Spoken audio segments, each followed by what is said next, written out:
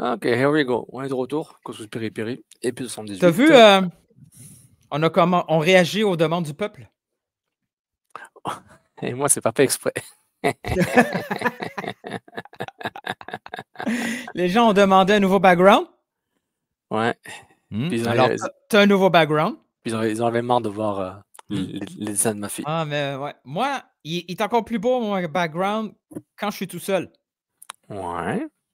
Parce qu'on voit pas au complet, là. Ça? Non. Tu veux qu'on te voit en complet? Si tu veux. Il faut... Oh là là. Oh non, mais juste pour l'expliquer. Ici, c'est quoi? C'est une légende. Oui, je parle pas de Griezmann. Qui regarde.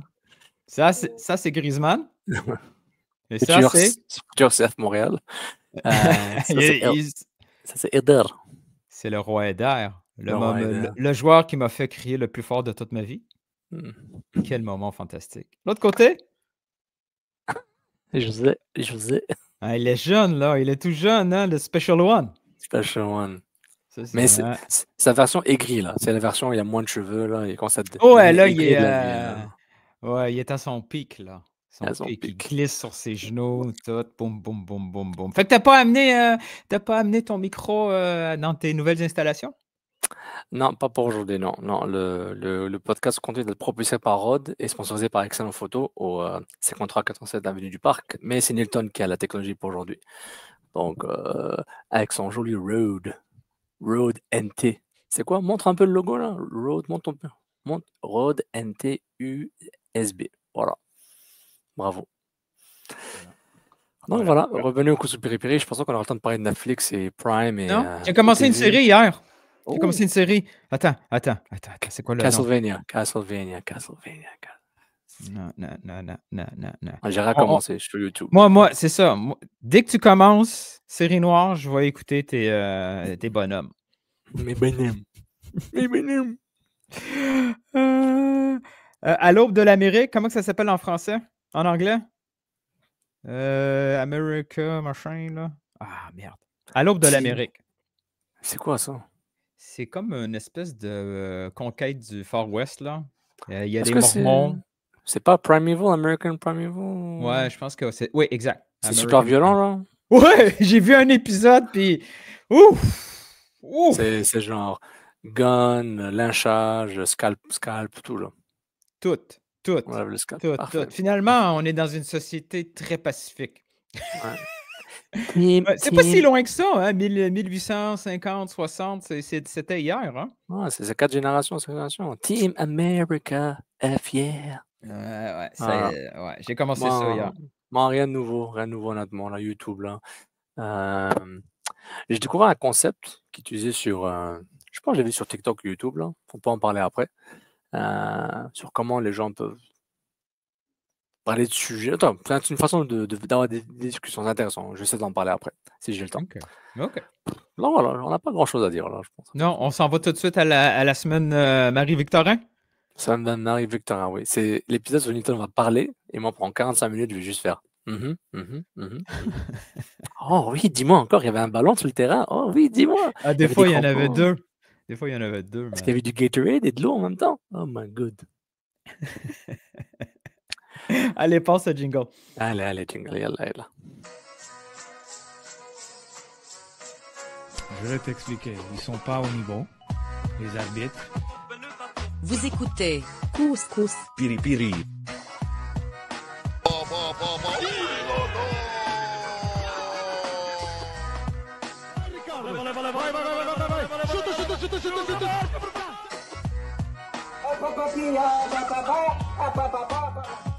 Je pense que si je ne me trompe pas, le Real Madrid ne font pas les séries ou le Movo mondial. God never sleeps, man. Bienvenue au Couscous Piri Piri, épisode 78. Sophia Nilton avec vous. N'oubliez pas de vous abonner sur Apple, YouTube, laissez des commentaires, des likes et des notes. Encore une fois, remercie à Rode et Excellent Photo sur l'avenue du Parc au Myland pour vos fournitures audio-vidéo. Ah oui, j'ai trouvé le concept dont je voulais te parler. Je l'ai trouvé et puis il s'appelle en anglais c'est We Listen and We Don't Judge. Ah oui. Avec les coupes et tout ça. Ouais, Puis je me disais. C'est mal, ça. Ouais. C'est vraiment la genèse d'un divorce. Faut pas faire ça. Faut pas faire ça. J'écoute et je ne juge pas. On pourrait le faire, ça. Ben, on essaie un, juste pour tester, puis on va le. Non, Après, ça m'a mal fini parce que nous, quand on va deep, puis c'est pas nécessairement public. Non, mais on peut faire édition foot.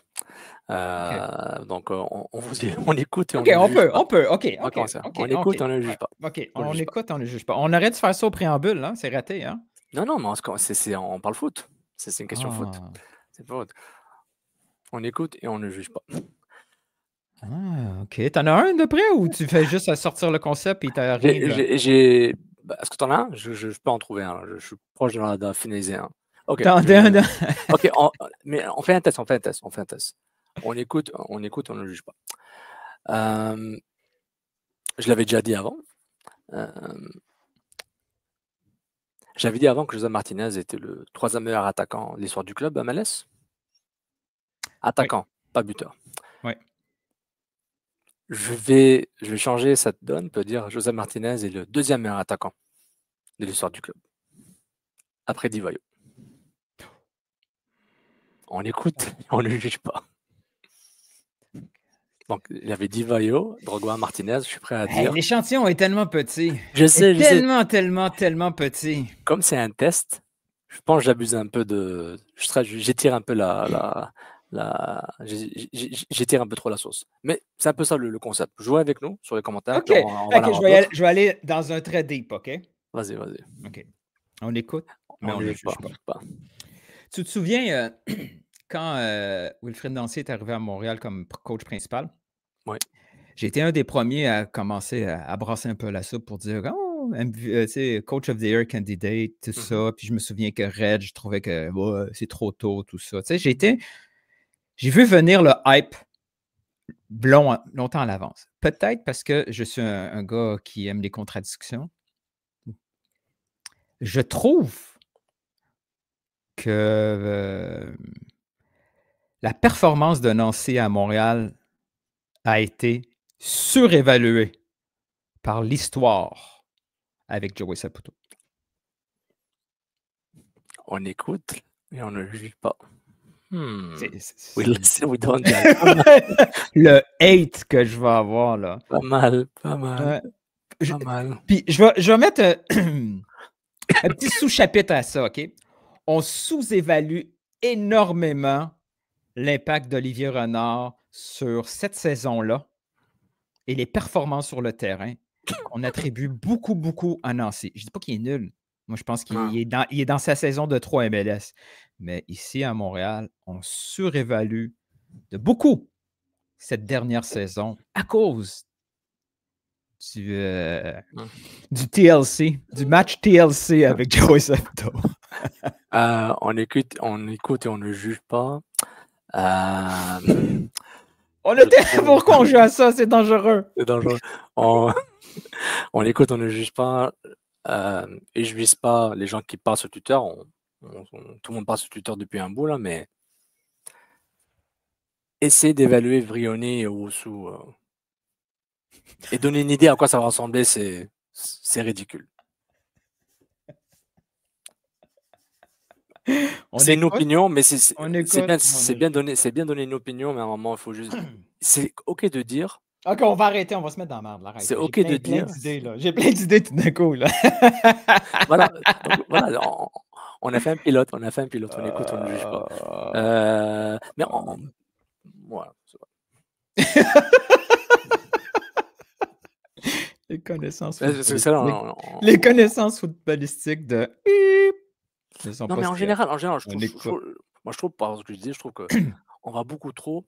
Je pense que c'est bien d'essayer d'évaluer, on voit un peu le joueur, on voit ses stats, on voit ce qu'il a fait avec New England, avec Toronto. On se dit, moi, je suis le gars qui a dit Omar Brownie 10 buts. Donc, à un moment, je sais c'est quoi parler de choses un peu tôt, mais c'est plus pour dire, il y a tellement de je me dis, mais c'est plus la confiance. En fait, moi, je projette mon manque de confiance.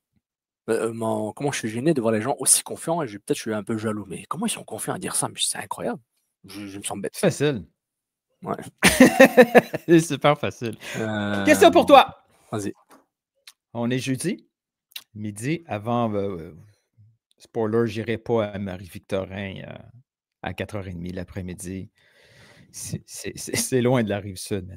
Mercredi, pendant la neige, c'était une catastrophe. Ah, c'est vrai. Comment t'as fait, toi? C'est vrai. Chance, j'aime ça à la fin. Oh, c'est une catastrophe. Quand tu as vu la frénésie des 3 premiers jours de la semaine, qu'est-ce que ça t'a fait à toi, Soph, d'être en train de compléter un Gira pendant ce temps-là? Ça me manquait. J'étais extrêmement jaloux, extrêmement envieux. Extrêmement. Revoir les mercato avec le jeune Canadien de Cavalry de l'Écosse, là, Victor. Il était peut-être là lundi. Tout le monde. Vous l'avez pas vu. Vous l'avez pas vu. L'Autori a comme une petite gueule de N'Golo Kanté. Tu sais? Il est assez passe-partout. Tu sais? Il n'y a pas un trait significatif. Tu sais? Il a la chevelure clean, tout. Il y a un petit gabarit qui se confond avec un joueur de l'académie. Il a peut-être fait du vélo puis du tapis tout le long dans notre face. Puis nous, on pensait que c'était genre Malik Henry. Mais certaines personnes qui n'étaient pas là savaient qu'il était là depuis lundi. Ça, c'est cool. Mais nous, on était là, on ne l'a jamais su. Puis. On écoute, on ne juge pas. On écoute, on ne juge pas. Mais là, quand on s'est fait pointer, il est là, Victor. Ouais, Victor L'Autori, milieu de terrain, c'est intéressant ce qui va arriver. Puis Hennady Suncuk. J'aimerais. Écoute. Il va falloir qu'on. Est-ce qu'on le dit à l'anglaise ou à la française? Est-ce que c'est Chuck ou c'est. Hein? Sinchuk. Hennady Sinchuk. Puis demain, j'aime comment tu dis le H. Hennady. Il vient de Alger Centre, il vient d'Annaba. Il s'appelle Hennady Sinchuk. J'avais parle demain là, durant la deuxième disponibilité média, la troisième ou la quatrième, la dernière de la semaine, là, Marie-Victorin. La deuxième. Donc il va parler. Ouais. Tu penses-tu qu'il va oser au moins donner un aperçu si les chiffres qui ont été avancés du côté de l'Ukraine, 5 millions plus 3 de bonus, sont proches de la réalité? Il va juste dire no comments. No comments, on va pas répondre. Mais tu trouves pas que c'est une bonne idée de dire c'est dans les sans commenter, c'est dans la réalité? Dans même ordre de grandeur, c'est ce que tu veux dire? Ouais, parce que c'est cool de dire 5 millions plus 3. Ouais, mais après, ils se mettent dans le truc. Ouais, pourquoi vous achetez un joueur inconnu pour 5 millions? 5 millions, on peut avoir genre un jeune Argentin bon. Oh là là. Inconnu argentin ou inconnu ukrainien. C'est inconnu pareil. Là. C'est pas si cher que ça, 5 millions pour un jeune là, avec un potentiel. Là. Est-ce qu'on peut parler? Je suis un peu dérangé par cette signature. Non pas parce que le joueur est bon ou pas bon, moi ça me dérange pas. Les joueurs ils viennent de partout. Autant que j'étais étonné qu'ils aient cherché Ahmed Hamdi ou Björn Johansson, genre ils prennent de l'Ipre, ils l'ont pris de je sais pas d'où, ces joueurs-là. Comment ils les ont détectés? Il a joué contre l'Italie U19, a marqué le premier but. Ok, oui. Le recruteur a pris une note. Shit, il vient de lober le gardien italien. C'est un beau but, j'ai vu. Mais je comprends que le football international, la MLS, ils vont chercher des joueurs de partout. Ouais. C'est pas juste du intra-MLS, American, Canadian, tout ça. Là. Et même beaucoup moins de joueurs mexicains. En fait, c'est tout le temps difficile d'avoir des joueurs mexicains en MLS de bon niveau. Mais ou du moins de les attirer. Mais ce qui me dérange, c'est que donc Montréal est à ce niveau de maturité en termes de recrutement, scouting et capacité technique pour dire allez chercher un U19. Et là que tu te trompes. Ton hypothèse de base est fausse. Non, moi, j'aime pas ce qu'on me dit, là. Bologne n'est pas impliqué, là. Ils ont fait le scouting. Oui, c'est Bologne. C'est tellement Bologne qui est impliqué qu'il y a une confusion au départ. Ça va être ça pendant quelques mois, années, où à chaque fois, on va dire Bologne est intéressé à ses joueurs parce que c'était le staff de Bologne qui était là et qui est supervisé depuis des mois. Mais ultimement, Bologne, il supervise. Il a expliqué, Gabriel. C'est une cellule pour 2 équipes. Bon, parfait. On supervise les joueurs, on les classe. Lui, il n'a pas le potentiel immédiat pour Serie A. Selon leur compréhension du championnat MLS, c'est un potentiel au minimum MLS. Fait qu'il s'en va là. Mais ils l'ont vu, le joueur. Bah oui, et puis si la famille Saputo avait un club en Belgique et un club en Suisse, il l'aurait peut-être mis en Belgique, ou en Suisse ou peut-être en MLS. Exact, Donc je suis exact. d'accord, je suis d'accord. Donc mon premier réflexe au début, c'était genre tu l'as éliminé, mais je l'avais déjà éliminé, mais juste un peu j'exprime un peu mon brainstorming à ce moment-là. En fait, lui, c'est un Lassi Lappalainen, version ukrainienne. On le Ouais, prend, c'est un ouais. prospect, il est intéressant, il a pas sa place en Serie A et puis on va l'imposer. Je pense que je sais pas s'il est imposé, mais si tu l'achètes et que le joueur, joue ce que je dois jouer, on va mettre un malaise comme un peu Lassi Lappalainen, c'est que est-ce qu'il a été imposé? Parce que il y a rien d'imposé, c'est le même propriétaire, tu as Luca Saputo qui est le directeur sportif, Ouais, un peu ultimement, le club l'inférieur. accepte, là. Je veux dire, C'est ça. Yves En fait, Renard a accepté Lassie, a accepté Banks, il a accepté Torkelson. il a Ça refusé faisait... d'autres. Il en a refusé d'autres. D'autres. Là, on est. Ouais. Là, c'est Luca Saputo, c'est Corey Ray, c'est le ou les recruteurs. Je ne sais pas s'ils ont annoncé un deuxième recruteur. Ouais. Frasetti était toujours accompagné de quelqu'un là, au Je me camp rappelle plus. d'entraînement? Mais en fait, c'est ça, parce que Mais moi, ce sujet-là par rapport à Hnadel Senchouk, c'est que moi aussi, je dois changer mon vocabulaire. Parce que j'ai réalisé que j'étais en mon réflexe, genre, ouais, mais on va l'imposer, mais l'imposer à qui?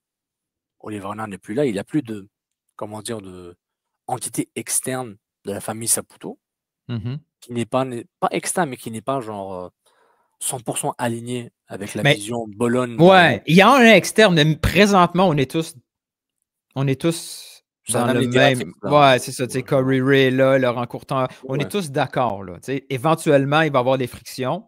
parce qu'il va y avoir des échecs et certains vont se dire, ouais, j'y croyais pas trop en plus déjà. Mais là, on est au début, là, tout va bien. Là. Exactement. Avec- Non, non, et c'est bien, c'est une bonne chose.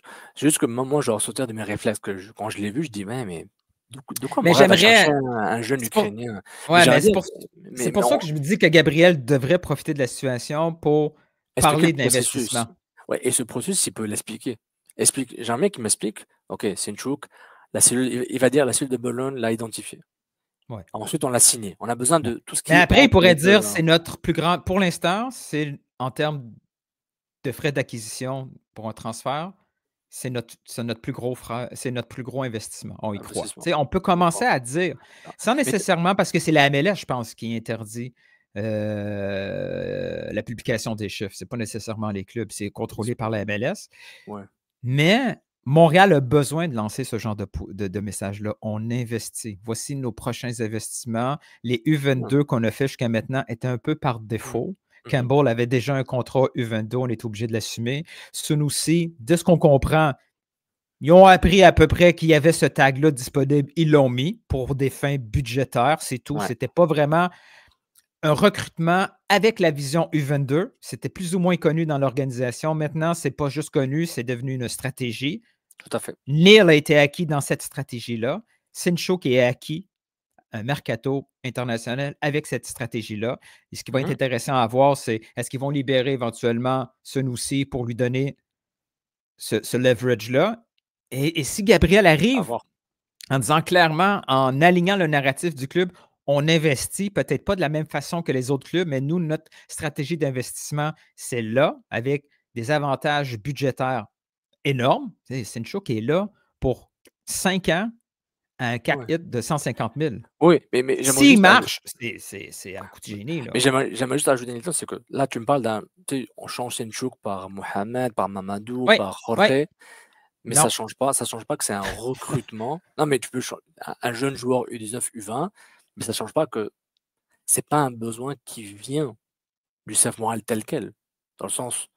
Ah, tu penses que le club n'a pas dit j'ai besoin? Ok, non, excuse-moi. je ne suis pas d'accord parce que à moins que les besoins évoqués arrivent après les opérations, des fois on arrange les arguments après coup. En début de saison, le premier point de presse de Gabriel Gervais il disait qu'il nous manquait de créativité. Ouais, c'est vrai, c'est vrai. En fait, ce que je voulais, parce que tu m'avais interrompu là, ce que je voulais dire, c'est que. J'aime ça. Je sais, hors contexte. De toute façon, je suis pris hors contexte. Mais ce que je trouve intéressant, c'est que je voulais mon point pour que Gabriel Gervais explique le processus il est dans les papiers de Bologne comme Primavera, peut-être Serie A dans 3-4 ans, on le trouve intéressant, on devrait l'acheter, et qu'il arrive à Montréal, c'est quoi ce processus-là? Pour dire, qu'il nous explique clairement, pas juste nous dire, qu'il va nous dire probablement demain, la Bologne, c'était un travail d'amont, une collectivité tous ensemble, avec la synergie avec Bologne, le recrutement, la cellule de scouting et de dépistage. Et nous, avec notre propre groupe interne au CF Montréal, on a fait notre travail, nos devoirs pour voir qu'il y avait un bon fit par rapport à un secteur offensif dont on savait, dans lequel on a des lacunes. Merci, au revoir, et voilà. Il dit le montant, il dit pas le montant, hors de grandeur ou pas, mais ça change pas que j'ai besoin du détail. C'est quoi cette négociation? Vous avez convaincu le joueur a signé sachant que ça allait arriver, qu'il est d'accord avec ça. Est-ce que ça ressemble plus à du Lapalainen, à du Okonko, à du... Le détail que, encore une fois, je le dis à chaque fois, on a une curiosité intellectuelle footballistique énorme à Montréal parce qu'on a un savoir, une connaissance, une culture foot due à la diversification de cette province et cette ville. Donc, je me pose tout le temps des questions et je suis moins dans le doute. Je suis beaucoup plus beaucoup plus genre. Mais j'ai quand même un peu de doute parce que si les montants sont proches de la réalité, c'est un gros investissement inhabituel pour une deuxième division ukrainienne. Oui, parce que pour un Ukrainien qui coûte de l'argent, pourquoi il n'est pas au Dynamo ou au Shakhtar? J'exagère, parce que ces clubs, ils prennent des joueurs internationaux, surtout Shakhtar. Mais je me pose des questions. Et c'est pourquoi je suis curieux de savoir. Et puis Hilton, en partie, c'est un peu fait exprès. C'est pourquoi j'ai commencé le podcast avec on écoute et on ne juge pas. J'écoute le mercato, j'essaie de moins juger, juste de voir, donner le temps au temps, comme dirait Thierry Henry, pour dire ça vaut quoi. C'est comme l'Autouri. L'Autouri, c'est il est canadien, il était déjà dans les papiers CPL, on le connaît. On cherche à combler un manque au milieu de terrain ou un départ éventuel en été de Saliba ou de peut-être Pied ne va pas jouer autant ou on ne sait pas. Ouais, je ne sais pas s'il est dans je sais pas s'il est dans le même registre au niveau du profil terrain que Saliba, mais bon. Mais il est du moins au milieu de terrain dans l'axe. C'est pas un ailier. Donc c'est ça que je me demande justement, est-ce que il y a des stratégies que je vois clairement et des stratégies internationales, c'est tout le temps genre OK, le réflexe méfiant, Bologne. Qu'est-ce qu'ils veulent Bologne encore? Pourquoi Bologne fait ça? C'est alors que maintenant, quand on a les fils Saputo qui sont à la direction sportive du club, avec Corey Ray et Gabriel Jarvet, on essaie de comprendre les intentions commerciales aussi, parce qu'il y a un côté commercial dans tout ça. C'est vente, achat. Il y a un côté footballistique. Le Bologne n'a pas besoin d'un U19, U20 ukrainien tout de suite. C'est pas leur besoin. Ils jouent bien en Serie A en ce moment. La Champions League, ça finit bien quand même, relativement bien, sur une belle note positive. Là. Ils ont une séquence pas dégueulasse vers la fin. Mais juste pour dire, là, je suis en train d'exprimer mon envie, ma curiosité intellectuelle plus qu'autre chose. Donc, moi, je trouve ça intéressant. Puis... Mais est-ce que tu voulais qu'on fasse tu voulais faire quoi? Le 11 tant qu'à parler, on va se garder les tests à la fin, mais oui, on pourrait peut-être proposer le 11 partant. Parce que pour faire le lien avec le Mercato, là, ouais. Que j'ai publié sur Twitter et Blue Sky. T'es toujours pas sur Blue Sky, hein? J'ai pas que ça à faire, man. Ouais, moi non plus. Je suis vraiment gentil avec les gens sur Blue Sky. Du copy-paste, c'est long, là. C'est long, gang. Est-ce que t'aimes comme ça? T'aimes nos faces ou pas de faces? T'aimes nos faces. L'important, c'est que les gens voient. Pas de face. Je sais pas. It doesn't matter. Voilà. 11 partants. Premier réflexe, quand tu vois ça, tu dis quoi? Il manque un peu de... Avec les départs qui viendront, il manque un peu de qualité, là. Il manque de qualité, mais les postes...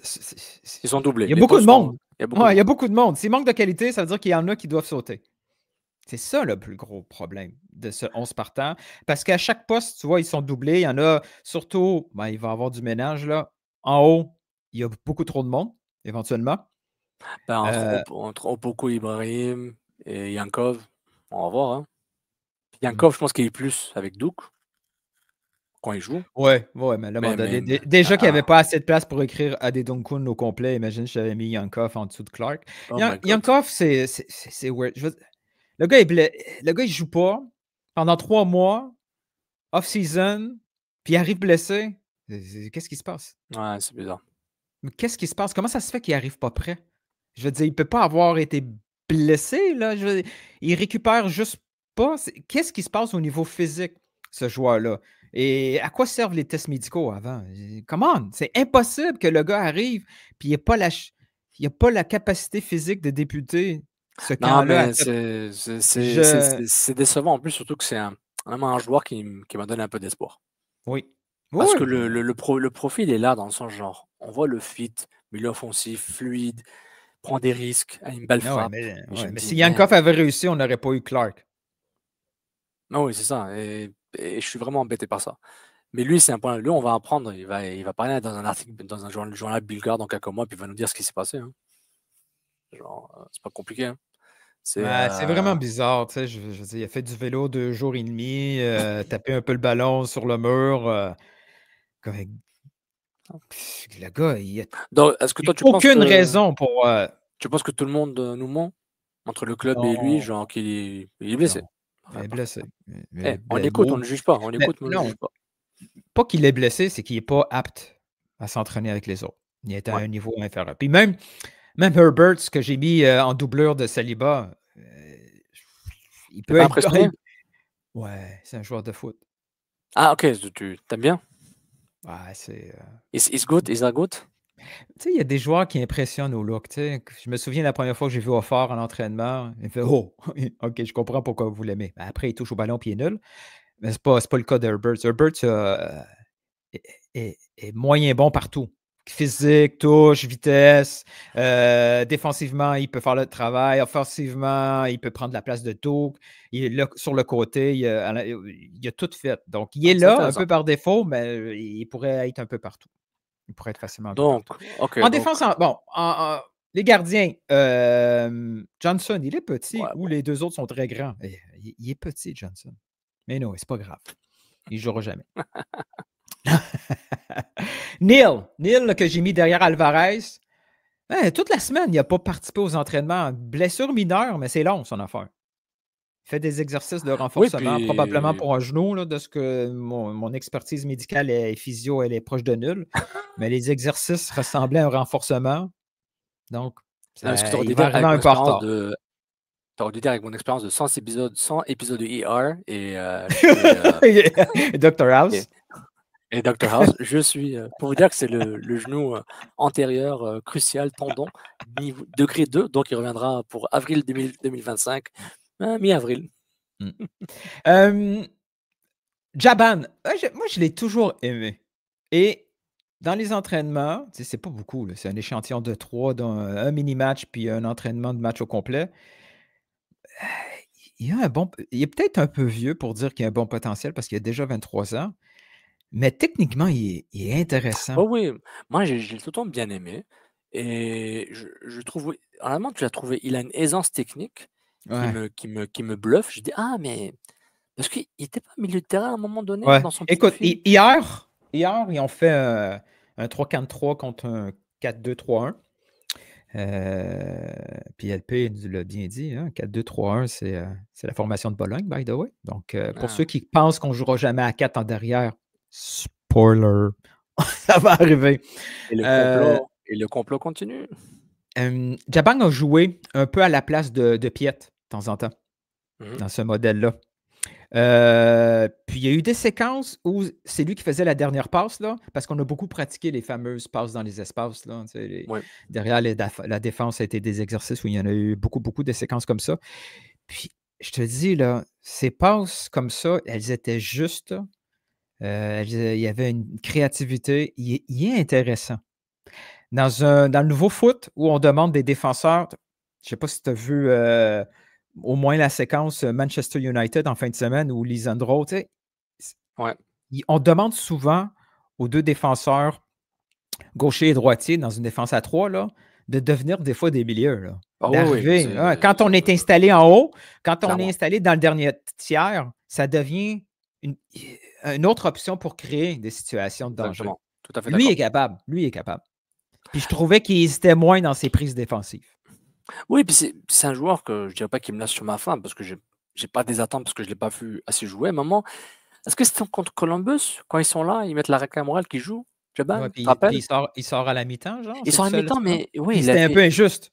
oui, à mes yeux, à ce moment-là, c'était pas lui le plus fautif. Ouais, c'est les autres, c'était Campbell, Waterman. Je pense qu'il y avait Waterman. Campbell, c'est sûr. Ouais.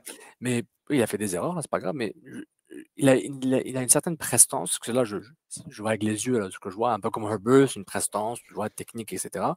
Mais je suis intéressé par lui. Il m'intrigue beaucoup. Tu sais, j'ai hâte de voir. Excuse-moi, on parle beaucoup trop. En termes de.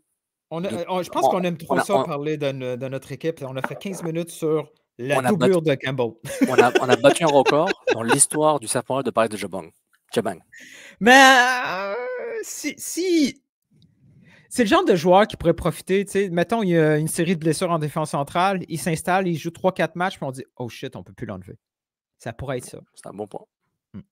Brandon Craig, c'est un autre gars là, que tu regardes. Non, tu le vois sur le terrain, tu dis « Oh, OK. OK. » C'est pas juste le... Est-ce que tu me dis c'est le Cameron Porter de la défense centrale? Lui aussi, Cameron Porter. C'était Joey, puis un autre gars qui m'a dit « Hey, je comprends ce que tu veux dire. Deux personnes m'ont dit, avant le fameux but, là, que Cameron Porter, en pré-saison, il est pas mal, lui. C'était Joey, puis quelqu'un d'autre. Alfieri? Ouais, Joey Alfieri, quand il était encore à couverture, il dit « C'est Cameron Porter, il est pas mal. » Je dis « Ah bon? OK. » Écoute, je te dis pas que c'est MVP candidate, mais il jouait à chaque fois qu'il jouait en défense centrale, il prenait la place de Waterman. Je comprends, c'est une vraie tour. Physique, assurance. Les longs ballons étaient intéressants. Ces longs ballons étaient plus intéressants que Waterman. Est-ce que c'est lui, ex-Philadelphie? Oui. Et même ex-international Espoir. Il a joué en USL avec... Austin, Salle d'Austin, je ne m'en rappelle plus. De toute façon, même si on disait le nom d'équipe, ça ne changerait rien, mais jouer 20 matchs la saison passée en USL. Ce qui est intéressant, c'est que Gabriel Gervais avait aussi mentionné qu'on ne regardait pas seulement parce que Max Truman avait posé la question sur la CPL et Gervais avait pris la peine de dire c'est pas seulement la CPL qu'on regarde, on regarde USL aussi beaucoup. Ben, c'en est un de USL. Avec Japan. Si on fait la transition de la défense vers les côtés, est-ce que tu es inquiet ou tu es content? Ouais. Tu parles de les win-back à gauche et à droite? Ouais. Ouais. Bougaï, j'arrive pas à lui trouver la qualité qui fait en sorte qu'il est là. Tu comprends ce que je veux dire? C'est un joueur moyen. Moi, il me rend indifférent pour le moment, parce que je suis pas sûr quoi penser de lui. Je suis d'accord.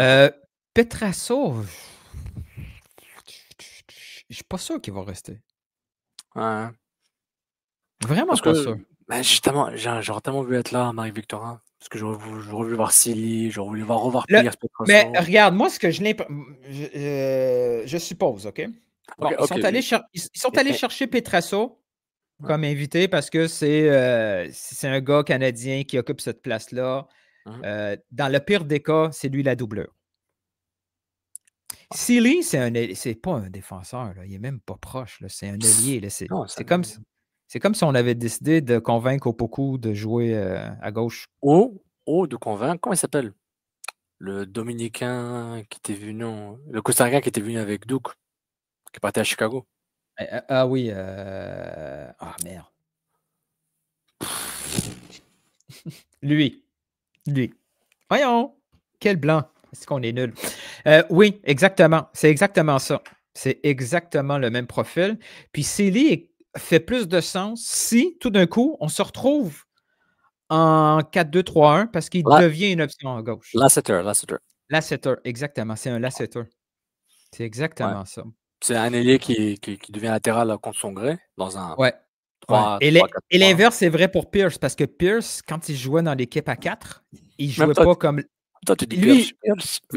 Thomas Pierce. Pierce, quand il jouait à gauche dans le 4-2-3-1, il jouait pas sur la ligne de 4, il jouait sur la ligne de 3.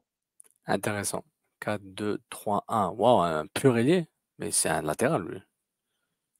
Il joue comme un latéral. OK, intéressant. Ouais, il joue des fois plus comme un ailier. Mais bon, on parlera, ses tests physiques étaient intéressants. Il y a des grosses qualités, reste à voir le reste de son jeu. Au milieu du terrain, il y a du monde. Mais sa patte gauche, là, c'est ça. Ouais, c'est quelque chose. Ouais, c'est ça. Au moins, il y a son élément Maintenant, différenciateur avec les le autres. cœur du jeu. El corazón del juego. Ouais, El ouais, ouais, juego? ouais, Je ouais. sais pas. J'ai mis Biello là, mais Biello a presque jamais joué là. Je comprends pas ce qu'ils font avec Biello, man. Ils l'ont mis des fois en défense centrale, sur le côté. Le pauvre, c'est tout le temps, on dirait Biello c'est le sub d'une ligue de garage, tu sais. Ils l'ont appelé là, 2 heures avant. Oh oui, je suis dispo. Puis là, il arrive, puis Non, ouais, non, non. joue. Ben, il nous faut un backup là, puis il joue là. Je vais être méchant pour la blague. Hein. On écoute, on ne juge pas. Eh, Biello, t'es prêt? Viens, ramène les ballons aussi, s'il te plaît. Mais c'est con, parce que c'est un de leurs espoirs. Oui, je suis pas sûr. Pourquoi qu'on les... Je suis pas sûr c'est quoi le plan avec lui, parce que lui, je m'attendais que dès la saison précédente, on l'aurait vu en CPL. Il faut. S'il Déjà, n'obtient pas les minutes en dessous de Saliba, parce que c'est plus ce profil-là de Saliba qu'un profil piètre, s'il ne joue pas, même tu dis ça, c'est le profil de Saliba, je ne sais même pas. Parce que Ben, même si elle le profil en théorie, c'est quoi son évolution interne? Parce qu'il va évoluer dans son jeu. On va voir rapidement. Toi, le box-to-box, c'est pas ton truc. Défends plus ou ne défends pas. Peut-être, mais je le vois pas dans ces... J'ai aucune idée, je le vois pas. Dans les exercices, Ouais. que ça soit du 7 contre 7, c'est tout le temps sur un couloir. Pauvre gars, comment il peut se faire valoir de cette façon-là? Je ne comprends pas beaucoup ce qu'ils sont en train de faire avec J'ai Alassane. une question par rapport à Marie-Victorin. C'est loin. C'est loin, oui, oui. Essaie d'aller en métrobus de Ben non. Mais est-ce que toi, de ce que tu vois, mais je pense que tu me l'as expliqué un peu là, avec l'exercice 2 équipes séparando, etc. là, mais est-ce que tu penses que malgré les convictions, les fortes convictions de Laurent Courtois, parce que c'est son projet de jeu, accompagné de David Sobri, son bras droit, puis un autre bras droit qui peut être assez influent, qui s'appelle Marco Donadel. Il est très, très influent. Et comme Marco Donadel est un milieu de terrain de métier, il connaît très bien ce secteur-là. Oui. Est-ce que tu penses qu'il y aura une certaine influence sur les choix des profils qui resteraient, les profils qui n'ont pas des titulaires? Mais Laurent aussi, c'est un ancien milieu. Un peu plus Oui. créatif, mais... Lui, c'était une patte gauche incroyable. Ouais. C'était vraiment un potentiel. Il a fait une belle carrière quand même, un bon joueur. Mais est-ce que tu as ce feeling-là qu'il y aura une certaine influence ou un jeu de pouvoir positif? Dans le sens, on négocie, on essaie de convaincre l'autre que peut-être Piet et Saliba, ça marche mieux que patati patata, que Biello doit partir et Lotouri, peut-être je le vois plus devant la défense. Whatever, quelles soient les combinaisons. Moi, est-ce que tu penses qu'il y aurait un sorte de jeu de pouvoir ou est-ce que Laurent Courtois, c'est ça mon choix, à vous de me convaincre, pourquoi j'aurais tort, mais je ne veux quand même pas écouter, puis on va aller vers l'avant. Moi, pour répondre à cette question-là, c'est que je ne suis pas capable encore d'identifier c'est quoi le projet de ces 2 milieux de terrain-là. Merci. C'était mon prochain truc. Parce que moi, même le concept de 2 milieux de terrain, je ne suis pas sûr si ça va rester. Moi, je suis prêt à accepter, peu importe le concept, je suis prêt à l'accepter, mais qu'est-ce qu'ils cherchent de ces 2 milieux-là? Est-ce qu'ils vont adapter leur projet selon le profil des 2 partants? Parce que si on part avec Saliba et Piet, on a un modèle unique possible. Mais si on décide de dire, OK, fine, on va avec Saliba et Herberts, c'est un autre projet. Oui, c'est un autre projet, mais je pense que tu peux autant Saliba Herbers, Saliba Piet Herbers, avoir comme les mêmes principes de jeu qui est la position de balle, pressing, quelle que soit la tactique du pressing, quelle que soit ton envie, comment tu gardes le ballon et comment tu distribues le ballon quand tu le gagnes rapidement en transition ou en contre. Je pense que tu auras ces mêmes principes de jeu, quelle que soit la combinaison de milieu de terrain. Parce que tu dis, ces profils-là, j'ai mis titulaire en pré-saison parce que je sais que ça a marché ou ça doit marcher. Parce que je ne peux pas me permettre de mettre Yankov ou Biello ou Lotouri comme mon troisième milieu de terrain de choix parce qu'ils ont passé d'expérience. Je ne leur fais pas encore confiance. Donc, moi, quand je vois ces milieux de terrain, je me dis que le club, est-ce que c'est voulu de se donner différentes armes pour avoir des tactiques selon les équipes qui font face dans des situations de match différentes, ainsi de suite. Et puis ça peut être ça. On peut avoir une équipe, de façon exagérée, une équipe pour jouer d'une certaine façon à l'extérieur, d'une certaine façon à domicile. Puis, il ne faut pas non plus oublier que les équipes doivent se trouver tous les petits avantages là, possibles que certaines équipes ne font pas avoir 5 changements, il faut les utiliser encore de façon Ouais. plus intelligente. Pas seulement au niveau fraîcheur, mais au niveau Ouais. aussi changement tactique en cours de match. Parce que le truc je suis d'accord avec toi, Nilton, très bon point par rapport à ça, qui fait une bonne transition vers le point que quand on parle du milieu de terrain, bah, il y a 3 joueurs devant, il y a plus de joueurs devant qu'au milieu de terrain. Là, tu as Clark, Duke et Vrioni. Duke, tu as Shinjuku Opoku comme backup, mais Opoku se peut qu'il soit plus là. Il y a la rumeur qu'il envoie à FC Nantes. Je dis Hey, si on est capable de le vendre pour 1 million. bravo. Est-ce que c'est le même gars qui a convaincu Atlas de payer pour un prêt et son salaire au complet? Man, ce gars-là, c'est Mais, un moi- négociateur de fou. Là. mais moi, je pense qu'on est beaucoup trop dur avec Opoku. Il est Parce pas- qu'on l'a pas vu. Toi, tu n'as pas aimé la signature, tu avais un doute. Mais je Mais moi, dès comprends le pas. départ, je disais de façon exagérée que c'était Oduro avec un peu plus de technique. Mais vraiment un peu plus de technique. Moi, je pense beaucoup plus, là, de loin. Je ne l'ai Là. pas trouvé wow. Puis au niveau vitesse, on en parlera tantôt des tests de vitesse. À moins qu'il n'ait juste pas décidé de forcer, c'est pas terrible. Ok. On m'a vanté la vitesse d'Opoku. Mais moi, je continue. Là. Avec Opoku, je trouve que c'est un. Bon, on s'en va Bah, à l'avant?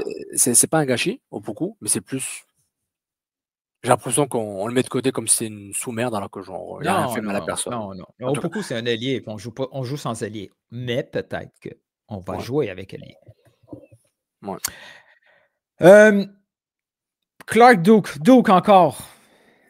Tous ses entraînements, c'est le meilleur joueur au monde. Il est bon dans les entraînements, man. Il est vraiment une technique au-dessus de tout le monde. Marque des beaux buts. Sa créativité dans les espaces restreints. Prise de balle, Ah ouais, c'est le meilleur contrôle. contrôle. C'est le meilleur contrôle. C'est tout à l'air facile. Ok, maintenant Duke.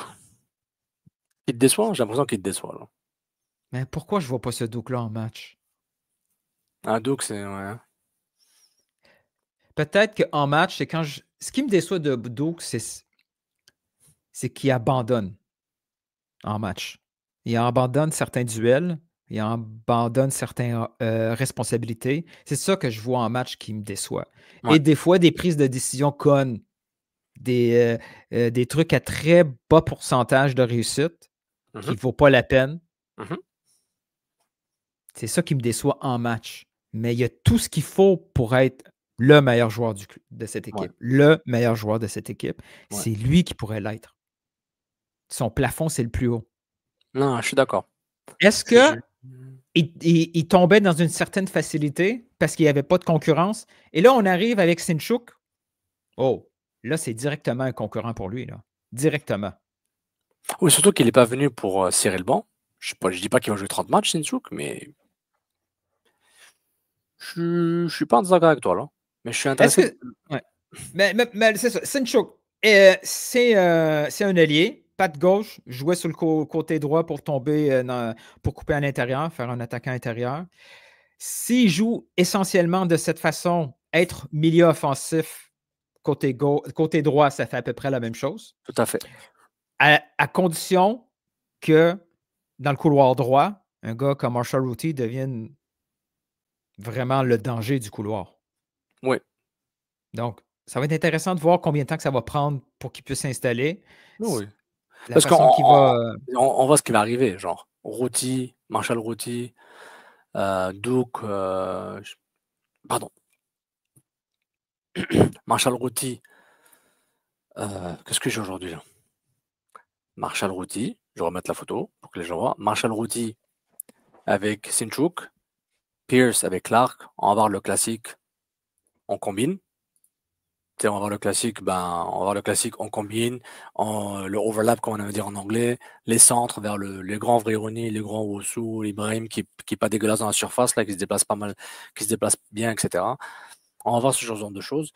On a une pointe, pour le moment, c'est Vrioni. C'est soit Vrioni, soit Wosu. Hein, pour le moment, c'est pas de les deux en même temps. Mais je me demande aussi, comment ce stratagème ou cette mise en place, la formation s'est mise en place, c'est où les joueurs vont être là au début, après le flux, etc., ça peut changer. Je suis curieux parce que Wilfried Nancy m'a montré qu'un pressing travaillé, ça existe, que l'Osada n'a pas pu mettre en place, ou n'a pas su, ou les joueurs ne voulaient pas. Laurent Courtois, il y avait des hauts et des bas l'an dernier. Cette année, le pressing, c'est le nerf de guerre de toutes les équipes. Genre, si tu décides de ne pas presser ou tu presses très bas, c'est que tu as une capacité à sortir le ballon de quasiment très proche de ton but pour ensuite te projeter vers l'avant et faire un contre-transition. Mais le but, c'est gagner le ballon le plus vite possible ou gagner le ballon pour pouvoir aller Ouais, c'est construire le l'attaque. plan de stratégie de récupération de ballon. Est-ce C'est qu'on le ça, c'est ça. récupère? Mais je ne sais pas s'ils ont une défense assez rapide pour faire un pressing si haut que ça. Parce que. Il y a ça aussi. Il y a ça aussi, puis les profils, puis deux milieux de terrain, ça implique que Clark, Duke ou les deux milieux offensifs sur les côtés doivent. C'est des milieux de terrain. Hein. C'est pas ce qu'ils jouent ailier, c'est des milieux de terrain. C'est des milieux de terrain. Et ça demande du support aux latéraux, aux wingback aussi. En tout cas, on a déjà parlé ça 15 000 fois depuis un an ou deux de ce jeu-là. Moi, je suis curieux de voir ce qui va arriver. Et je pense que l'aspect physique qui a été mis de l'avant, notamment durant les vidéos du club par rapport à la vitesse, l'agressivité, tout ça, j'ai hâte de le voir. Parce qu'on l'avait pendant l'an dernier, les 6 matchs à l'extérieur. C'était magnifique. C'était bien. Je me rappelle plus de l'affiche exacte, mais genre, on était contents de le voir. Il y a Ça ressemble à certains experts américains voyaient Laurent Courtois déjà comme la révélation de l'année. Exactement. La coupe, on la sentait déjà. Ça sentait la coupe, mais après, ce qui est arrivé, on va refaire un post-mortem de 2024, mais il manque quelque chose. Il manque quelque chose. Et moi, ce qui me manque, je pense, moi, je me serais attendu à 2 vétérans comme Herbers. Je m'attendais à 2 profils comme lui. Peut-être un plus jeune, mais établi MLS, qui peut vraiment À quelle place? au milieu offensif. Un peu comme Herbers, un sorte de milieu offensif passe-partout. Mais vraiment. Mais ils ont quand même assez d'éléments dans ces endroits-là de terrain. Moi, je ne suis pas convaincu par Duke, moi. Je suis pas convaincu par Duke et qui me donne 20 Mais matchs. moi, c'est une autre place qui m'inquiète. C'est en pointe. La finition n'est pas terrible. Non, on va le voir. De ce que j'ai vu de Oussou, est-ce qu'il est mal servi? J'ai jamais vu des celui qui avait la meilleure finition, c'était Vilsain. Ah, mais Vilsain, c'est le joueur qui doit. Non, mais attends, il faut prendre du temps pour réfléchir à cette affaire. À mes yeux, celui qui finissait les mieux les actions, c'est celui qui est loin dans le depth chart comme attaquant. Là. Et c'est un peu par sa faute. Et pas de sa faute, parce qu'il est blessé. Là, il traînait quelque chose au genou. Il y avait un bandage au genou gauche, je pense. Mais bon, ça ne l'a pas empêché, on va le voir dans les tests physiques. Là. Mais Vicin, c'est celui qui avait des meilleures finitions. Tu sais, Prince Oussou, oui, belle balle, finition de tête, poum. Tu sais, c'est une dimension de son jeu. Vilsain, c'était celui qu'on faisait, oh wow, de nulle part, il finissait les actions. Les autres, ils se retrouvaient dans des situations de finishing, non. C'était moins naturel, c'était moins fluide. Bon, Vrioni ça, à quel point que dans la MLS, OK, ils ont 3 mois de congé. Le gars, il est déjà MLS. Jusqu'à quel point tu peux pas être prêt pour le début du camp d'entraînement? On perd 2 semaines de Vrioni.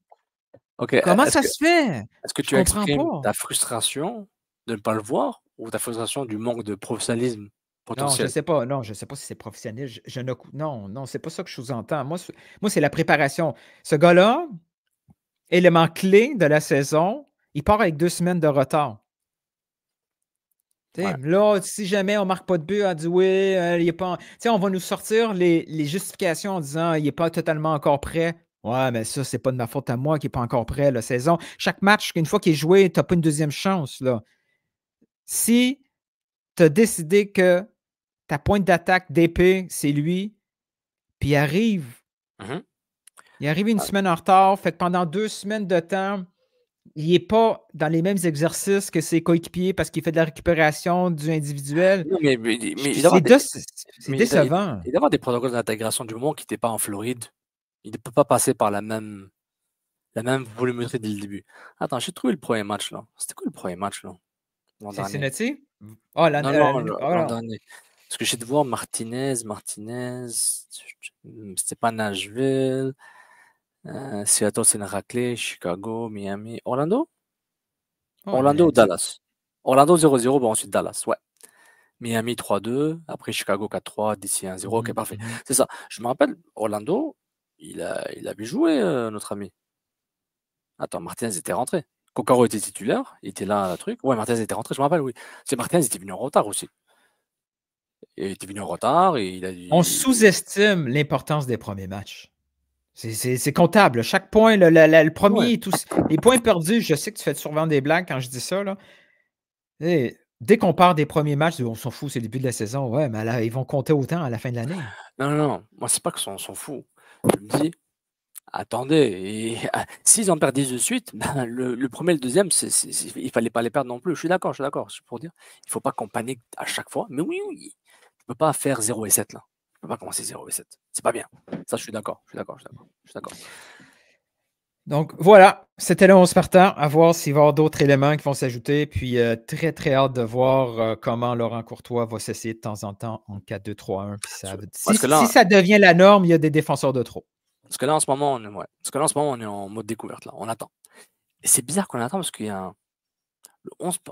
Ok, je rentre le 11 partant de la fois. Est-ce qu'il n'a pas changé tant que ça? C'est la pointe qui change. Right? Ouais. Ok. Et tu as quand même l'impression, n'est-ce pas? Que. Comment dire? Tu as quand même l'impression que, n'est-ce pas, c'est en train de redécouvrir quelque chose. Un joueur a changé. Un joueur dans le 11 partant potentiel a changé. Et j'ai l'impression que on se pose des questions fondamentales. C'est facile. Hein? C'est une équipe d'expansion finalement. Non, c'est la même équipe sauf un gars. Allez, next. Yeah, on fait ça vite parce que j'imagine que toi, ton temps est compté. Test de vitesse. Oh, quand j'ai vu ça, je dis on prend des notes. On regarde. Comme un bon dépisteur de baseball. On prend des notes. Lui, sa blonde est cute. Lui, tu sais, le test de baseball. Je pense avoir les bonnes données parce que je les ai notées. Disclaimer. Hein? S'il y a une différence entre mes données et les données officielles, c'est les données officielles qui prévalent. Ça, c'est une déformation professionnelle ici. Donc, selon ce que j'ai noté. Mais lui, je suis pas mal sûr. Et l'autre disclaimer, il y a peut-être des gars qui s'en foutent de ces tests-là. Je veux dire, Waterman, même s'il a pris 10 secondes, là, il va quand même être partant. Tu sais. Il y a des gars qui se disent, moi, je ne veux pas me péter une cuisse, un mollet pour ces tests-là. Donc, Jules, on donne ça. Les gars ne le faisaient pas juste une fois. Tu sais. Il y en a quelques-uns qui étaient très, très motivés. Jules était un de ceux-là. Je pense que Jules, il est revenu à la toute fin pour battre et devenir le numéro 1. C'est le seul qui a fait, je pense que c'est un 40 mètres. J'ose croire que c'est un 40 mètres parce que sinon, si c'est un 40 verges, c'est pas vite. Il y a des gars de O-line NFL qui les torchent. Vilsaint, c'est le seul qui a réussi la distance en bas de 5 secondes. Je le savais qu'il était quick, mais le plus quick, le plus rapide, j'ai été étonné. Toi, ça t'étonne de le voir être numéro 1? Ouais, ça c'est Montréal. Come on! C'est Laurent.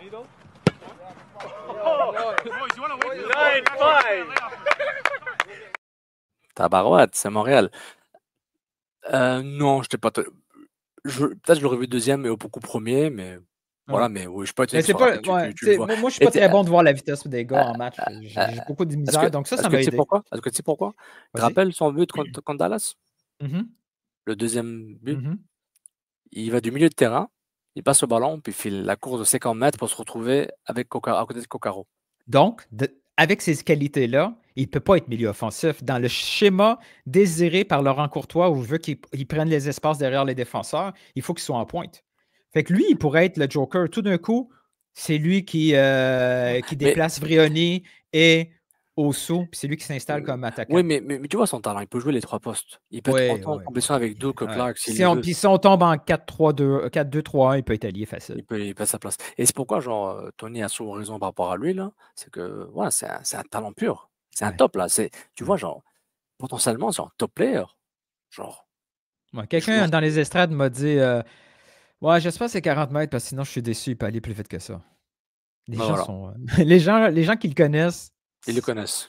Ils connaissent ses qualités. Là, moi, je suis peut-être sévère avec lui, mais son plus gros défaut, c'est sa disponibilité. Le gars, il doit à être au minimum sur le banc à tous les matchs. À tous les matchs. Je ne veux pas de Pépin cette année. Come on! Je suis d'accord. Je te dis pas une malchance, il se fait rentrer dedans, il se casse un bras, là. C'est un Pépin tout court, blessure, quand tu te fais mal tout seul. Je suis d'accord. C'est moyen. Next folder.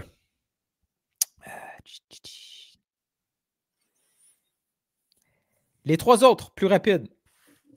Tom Pierce, le deuxième plus rapide. Puis ça paraissait facile. Wow.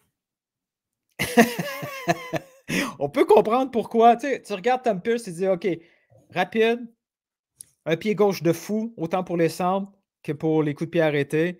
Tu sais, c'est une bonne base pour être joueur de Premier League. Puis après, c'est tout le reste qui n'a pas suivi. Ouais. Mais peut-être que le reste qui n'est pas suivi, qui est moyen, peut être suffisant en MLS. Je peux comprendre pourquoi au niveau dépistage, on se dit, OK, lui, ça peut être un bon élément MLS parce qu'il y a des éléments de son jeu qui est top. Mais ce qui est fou, c'est que là, tu parles de Wilson, tu montes Pierce. Les 2 prochains, c'est Graham Roach et Alex. Owen Graham Roach et Alec Gouboulou. Tous des joueurs qui m'intriguent. Tous les joueurs qui m'intriguent. Je dis, ils m'intriguent tous. Ouais. Littéralement, c'est le top 4, genre découverte. Genre, je veux les voir. Ouais, il y a quelqu'un à l'académie qui est venu me voir pour dire, hein, t'as vu dans les 4 premiers? Il y en a 3 de chez moi. Owen Graham Roach, 16 ans. Est-ce qu'il t'a fait respect? Il n'y a pas cet accent-là, lui. Il y a un autre accent.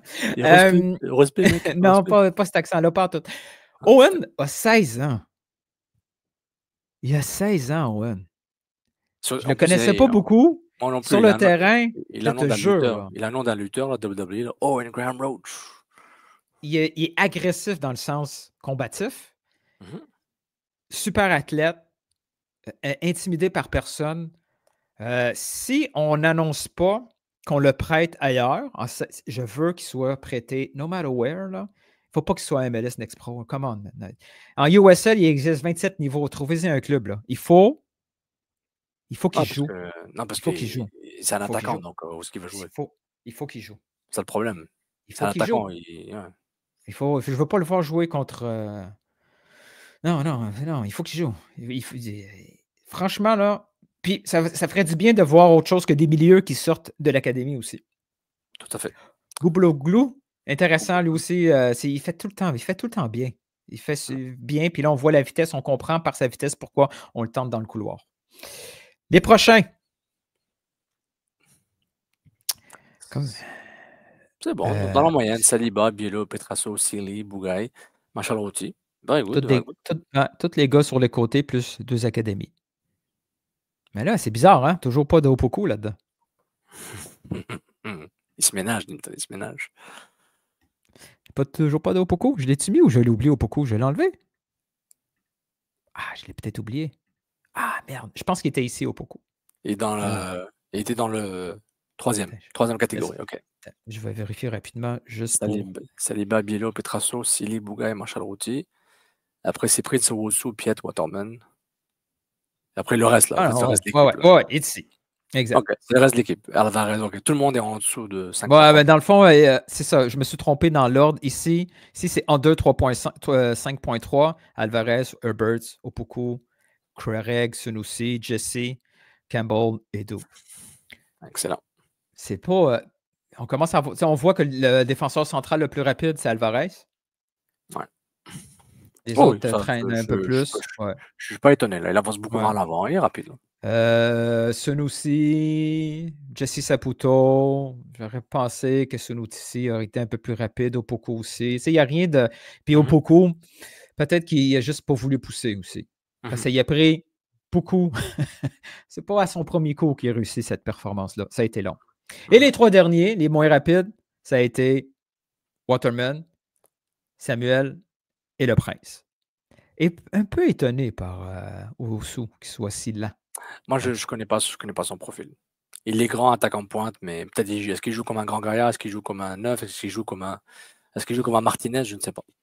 J'ai vu Toronto un peu avec ce qu'il valait, je dis c'est différent, c'est un nouveau contact, j'ai hâte de le voir. Moi, je suis en mode découverte, je suis en mode on écoute et on ne juge pas. Donc, prochain entraînement, jeudi après-midi. Je ne sais pas s'il va y avoir du monde sur place pour en donner un peu d'infos.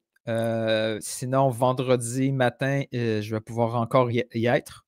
Probablement, je vais probablement quitter quand tout le monde va se pointer pour la conférence de presse. Oh non. Parce que Bibi, il fait d'autres choses dans sa journée, puis c'est pas nécessairement par volonté. Mais c'est cool de les avoir à Montréal. C'est il y a un gars, il y a un gars hier qui est venu nous voir. Puis il nous a posé une question super drôle. Il nous a demandé est-ce qu'après Montréal, ça va être Toronto qui va être à l'entraînement? Il dit oh non, dude. Toronto, il s'entraîne en Espagne. Pas à ton cégep. Pas en ton cours de philo, puis de maths avancés, là. Non, non. They're good, bro. They're good, bro. Non, they're good, bro.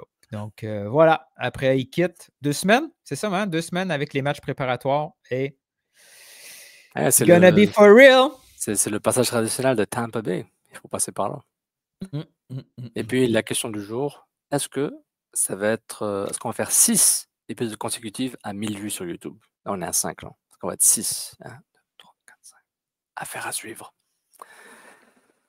Bon, bah, merci tout le monde. Merci beaucoup d'être là. N'oubliez pas de vous abonner, liker, partager. Et puis, merci Newton pour ton reportage. C'était excellent.